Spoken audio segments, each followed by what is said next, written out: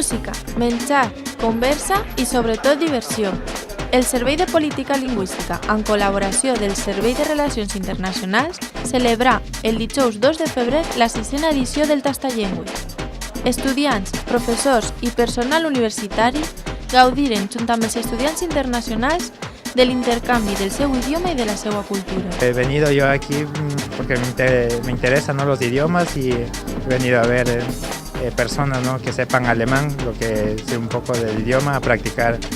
A més, aquesta és una ocasió excel·lent per a mostrar la nostra llengua a aquells que no la coneixen. Soc voluntari perquè pense que és una manera d'integrar, de treballar per català a la Universitat de València, no?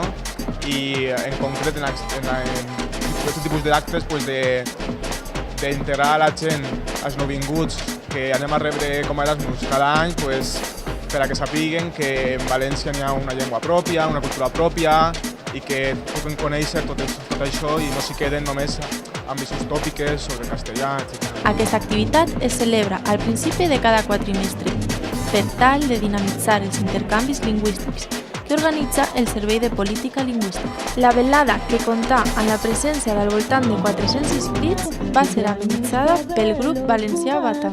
Si no me aseguro, doy le fortifé.